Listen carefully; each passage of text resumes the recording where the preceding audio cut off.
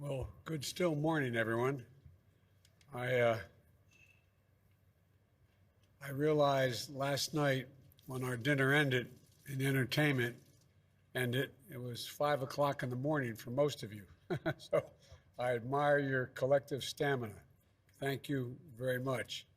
And I promise my comments will not take you to tomorrow morning. My friends, I'm honored to host you all here in Washington for the U.S. African Leaders Summit. It's wonderful to spend time with you and your spouses last night at dinner, and I truly enjoyed it, and thank you for making the time. And let me also convey my condolences to the people of the Democratic Republic of the Congo for the tragic loss of life and the communities impacted due to the flooding. Mr. President, we missed you last night.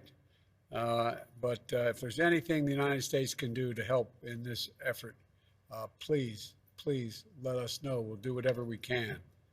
Today, I'm looking forward to hearing more from all of you about the issues and priorities that matter most to Africa and how we can deepen our cooperation.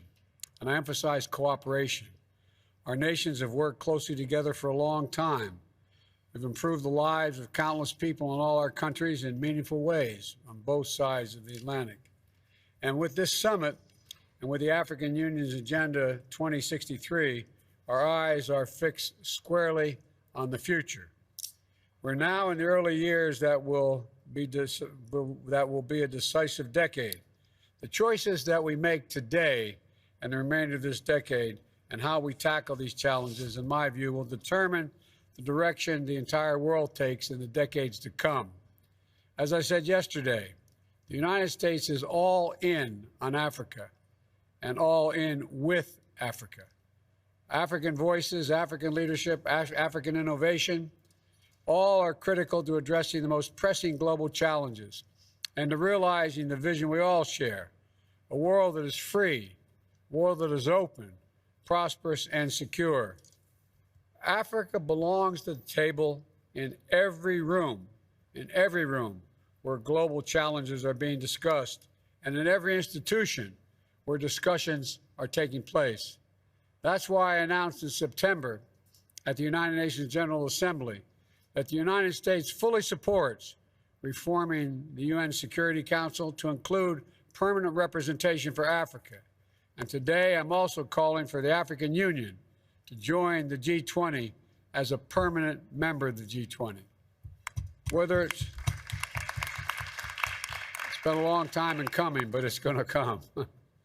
And today I'm also, whether we're upholding or defending the foundation principles of global peace and security enshrined in the UN Charter and the UN and in the AU's seminal documents, or meeting the challenges that impact every nation, the people of Africa are indispensable partners to delivering the progress that benefits everyone, not just in Africa and the United States, but the whole world. The COVID-19 pandemic, followed by Russia's unjust and unprovoked war against its neighbor Ukraine, has roiled the global economy, erasing many of the development gains that we worked so hard together to achieve over the past 2 decades. But that doesn't change our shared goals and our commitment to seeing them through. It only makes it more urgent for us to take decisive action and take it together. That's why over the next 3 years, working in close cooperation with the United States Congress, we plan to commit $55 billion in Africa to advance the priorities we share and to support the Agenda 2063. That number represents a comprehensive commitment from the United States to invest in Africa's people, Africa's infrastructure, Africa's agriculture, Africa's health system, Africa's security, and more. In our view, our new shared vision statement lays out a forward-looking foundation for the 21st century partnership between Africa and the United States. We want to work with you on these issues that matter most to our people's lives, and we're looking to increase our collaboration in every area, from rural communities to urban centers to cyberspace to outer space. In addition to our investments, we're also committed to helping African countries assess the financing you need to build sustainable and inclusive economies. We're leading the global effort to pursue equitable arrangements for global creditors to provide debt relief so nations can prioritize their people, not backbreaking debt payments. And I'm asking the Congress for the authority to lend $21 billion to the International Monetary Fund to provide access to necessary financing for low and middle income countries that are so difficult to come by now, and so will help Africa's recovery efforts and support projects that build resilience against future crises. As we engage with your countries, the United States will always lead with our values: support for democracy, respect for the rule of law, commitment to human rights, responsible government. All are part of our DNA. That doesn't mean we always get everything right. We surely don't. And the work of democracy is never finished or never guaranteed. It's about consistent and constant self-improvement. But that's why democracy is the best tool we have to address the wide range of challenges we all face. And that belief is shared by Africans and Americans alike. For South Africa's world-changing triumph over apartheid, to Nigeria's not too young to run movement, empowering a new generation of changemakers, to the record voter turnout in Zambia, where young people demanded a better future, we see over and over again that our greatest power is our people.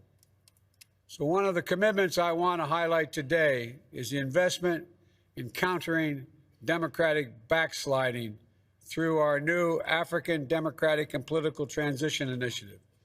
Collaborating closely with African governments, regional institutions, and civil society, my administration will work with the United States Congress to invest $75 million to strengthen transparent, accountable governance facilities, facilitate voter registration, support constitutional reform, and more.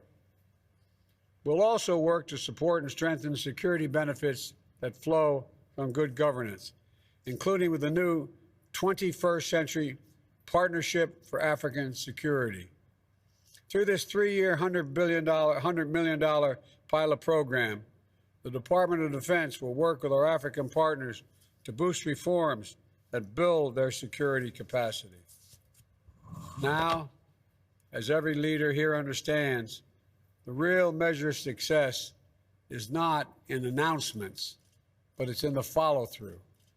That's why I've asked one of our great diplomats, a man with deep respect for Africa and long experience working with the governments across the continent, to oversee implementation coming out of this summit, Ambassador Johnny Carson.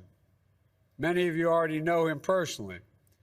You certainly know his skill and his reputation.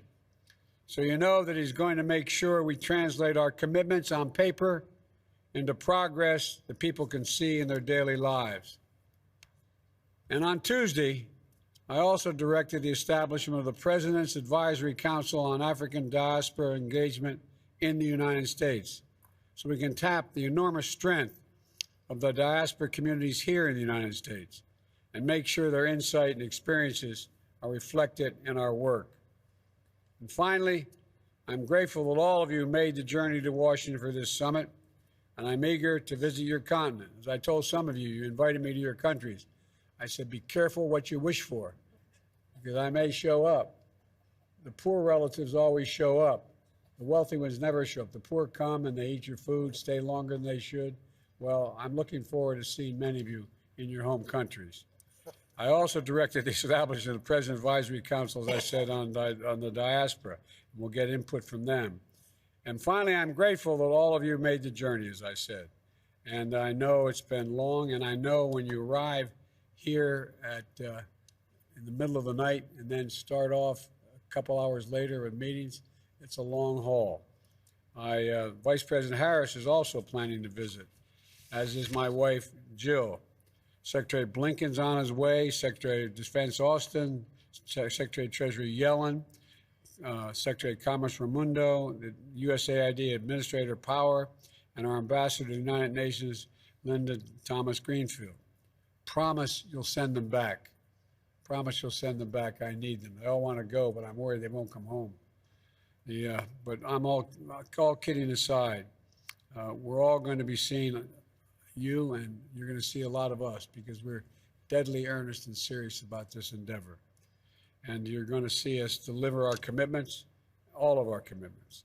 Now, we've crafted this summit and this agenda in close cooperation with the African Union and focus on African priorities. The United States fully supports the blueprint you laid out in Agenda 2063 to build an integrated, quote, integrated, prosperous, and peaceful Africa that is driven by the African people, centered in inclusive and sustainable development, and where Africa is an indispensable global partner. I'm eager to hear from all of you. How can the United States deepen our partnerships with you and better work with African nations in the AU to fulfill the aspirations of Agenda 2063? I want to thank you all again. And I'm now going to turn it over to Secretary of State Blinken to facilitate our discussion. Again, thank you so much for being here. Appreciate it.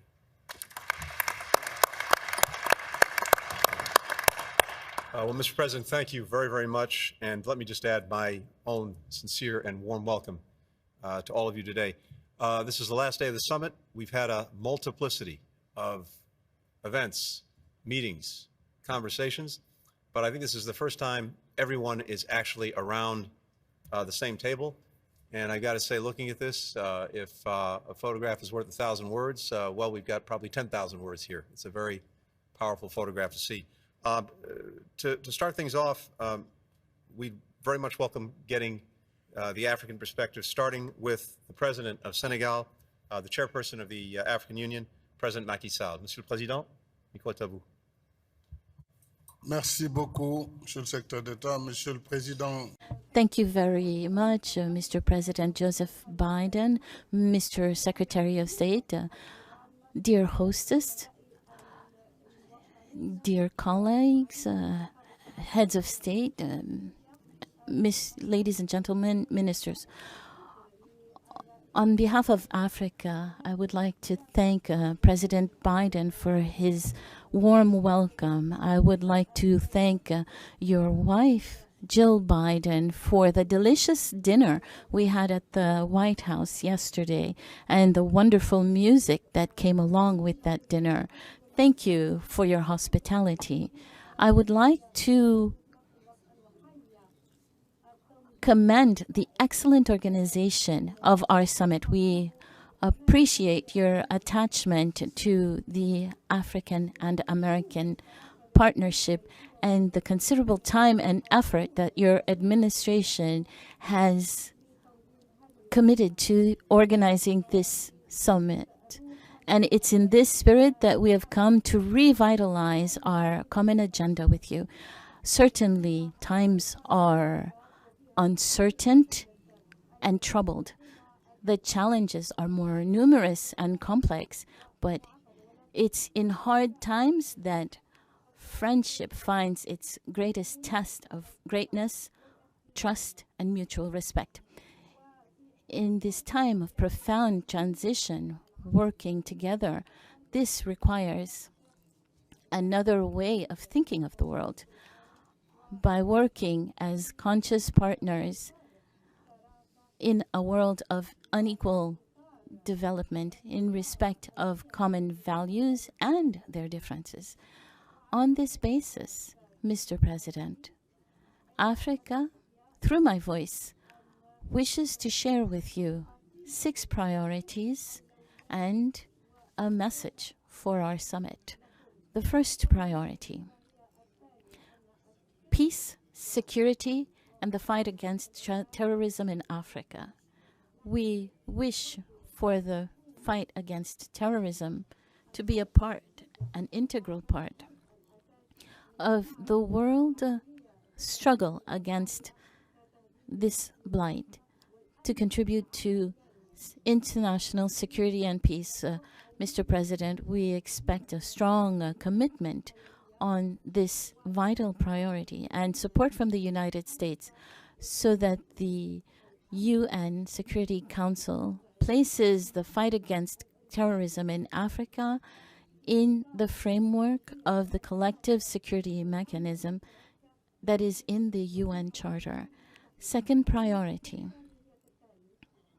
Before speaking about the second priority, on behalf of all the colleagues, I would like to commend President Biden on the intention to place Africa as a permanent representation in the G20. We need to applaud that initiative. For our participation in the G20 as a permanent member, and also integrating the continent as a permanent member at the Security Council.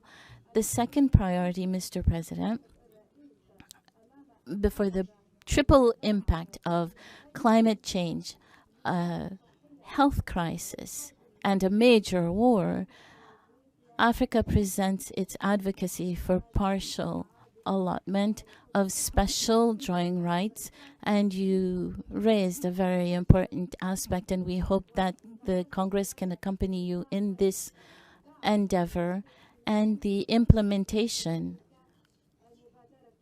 in the G20 on debt relief after these different shocks throughout the world, including in developed countries. Thousands of people are no longer able to bear the cost of living and fall into extreme poverty. The situation is even more difficult for much more weaker economies such as ours.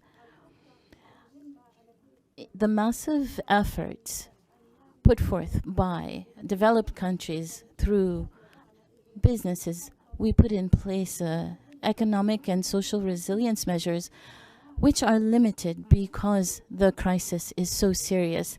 This is why we advocate for an action in solidarity that is international to reinforce resilience and economic revitalization. I have to say that the current crisis weakens democracy on the continent. Indeed, without some betterment that is economic, democracy will always remain fragile and vulnerable, with the risk of instability, which we've already witnessed in several countries.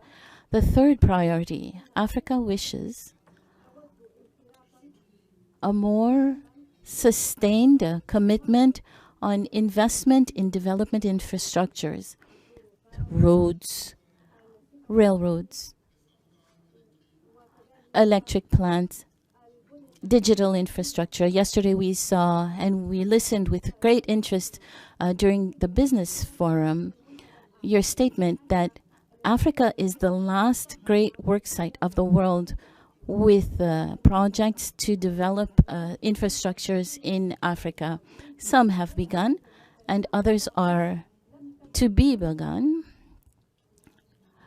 These are opportunities for investment for shared prosperity.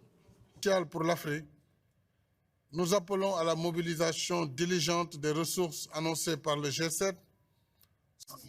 We ask for the mobilization of sources launched by the G7 for the world infrastructure and for investment to support the implementation of infrastructure in Africa. Obviously, it's not about just about mobilizing the public sector, although it does need to be involved, but funds need to be invested in Africa to invest and to obtain private investments.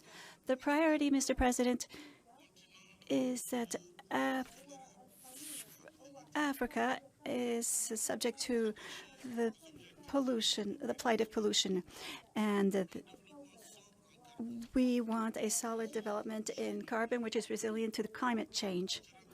I remind you that according to the estimates made by GIEC, Africa needs $86 million per year by 2030 to fund these needs to adapt. Since financial commitments in order to fund the commitment, Africa's governments will continue to resort to debts to finance their green projects and their mixed energy strategies. But Africa asks for an equitable green transition to satisfy its industrialization needs and at a competitive cost, and to ensure the universal access to electricity in more than 600 million families who still don't have electricity. This is a responsibility that we African leaders could give up on, but we need to use our available resources in the field of energy transition. This fifth priority, Africa would like to work with the United States to win the war against hunger. We salute your country and your support to financing funds in the context of the World Bank for food production. In the media, Africa would like urgent measures to be taken to facilitate the access to the markets of fertilizers. In the long term, we want to work with the United States, above all, to improve production in Africa, including by making massive investments in the diversification of the value chains and infrastructure. The joint statement on food security, which will be released at the end of the summit, is a good action plan in order to fulfill this goal. With the lessons that we learned from the crises, the time is right to take vigorous action in the field of agriculture and food security. Mr. President, I propose that our summit launch a presidential initiative at your level on agriculture in Africa. Sixth priority, Africa asks for a more inclusive and just world governance by accelerating the reform process of the UN Security Council and to give a seat to the African Union in the UN. And thank you for this. We have gotten the response that we wanted from you. Thank you. And we want the support of the United States, and we thank the United States very warmly for the commitments that they made for Africa's place at the G20. And this will happen at the next G20 summit. So thank you, Mr. President. These are the 6 priorities. As far as our message is concerned, this is a renewed commitment to open, for dialogue and partnership, for strong international relations. In this spirit, Africa calls for the lifting of sanctions which continue to affect the Zimbabwean people. Zimbabwe has been sanctioned since Mugabe's time, and I think it's time to lift these sanctions so that the Zimbabwe people can continue to fight efficiently against underdevelopment and poverty. In the name of my colleagues, I must also tell you that we are concerned, Mr. President, by the American bill on economic and trade between your country and foreign powers. This bill, with its sanctions, which targets a whole continent, is the first in international relations. Africa is asking why such a bill exists and why Africa is targeted. And in the spirit of the rules of the World Trade Organization, we ask for this project to be reviewed for the implementation of this would damage the relationships between the U.S. and Africa, and we don't want this to happen. Our hope, and that's why we're here today with you, our hope is to pursue with you our common efforts for the Africa-U.S. Partnership and build together this partnership on a more solid and confident nature for progress and shared prosperity for our people.